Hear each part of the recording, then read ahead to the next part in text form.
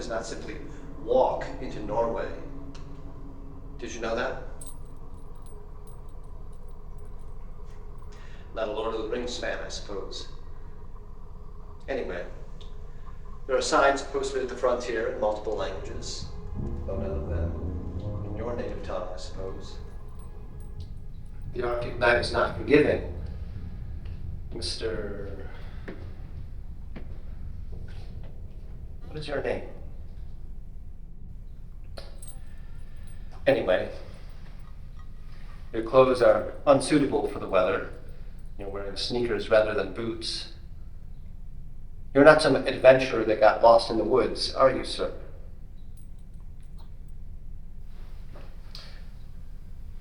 Since that time, you've not answered any questions either from the hunter that found you or the police that held you, which is why they call me. I am Linus Calland, and I work for the Norwegian government. And we have some questions for you, sir. Starting with, how did you get there, to that desolate place? Why did you come to Norway? Your clothes are not Russian. You don't strike me as Russian. So how did you get to Russia in the first place? You work for the Norwegian government? Yes. In what capacity? Let us say immigration. Suffice to say, I am authorized to interview you. I'm really Norway. You are presently in the Kingdom of Norway, ruled by His Majesty King Harald V. Ya Allah, shukr alhamdulillah. Where did you think you were? I was worried I was still in that godless Russia. Really, are in Norway? You are. But how did you get here? My name is Khalid Aziz. I'm from Syria. Through a series of misadventures, I found myself in Russia, working for a Russian official. Who? Anatoly Lavrov. Anatoly Lavrov is a general with the Federal Security Service. Yes, yes. And you worked for him. Not directly, no. Who did you work for? Funny thing, I had more or less of Anatoly's job with the Mukhabarat.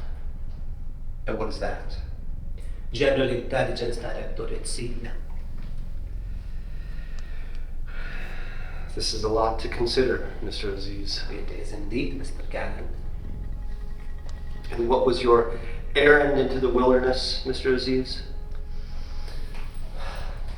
I'm to cross the Norwegian frontier.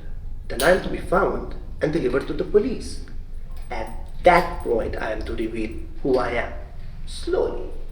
The plan was for me to be interrogated by the Norwegian counterintelligence and perhaps brought to a safe house. I was to remember who interrogated me, where I was brought, what questions were asked, and so on.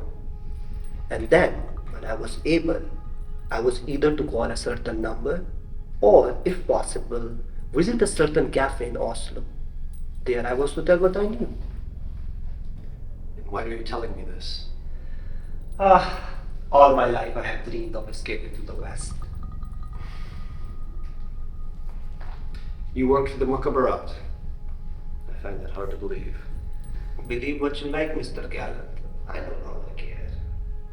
Why should I? If you are who I believe you to be, Mr. Gallant, you work for the Police Security Service and Counterintelligence.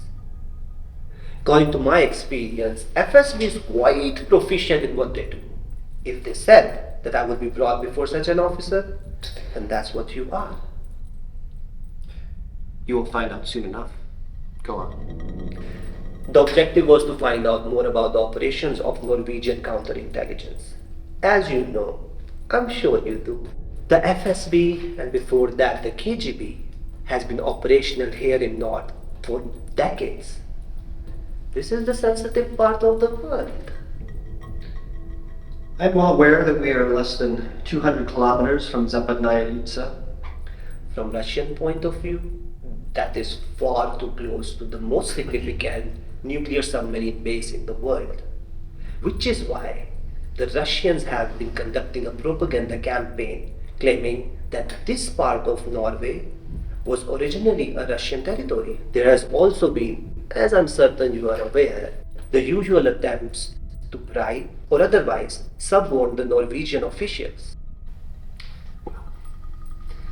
It's a topic you can discuss when you move on from this humble police station.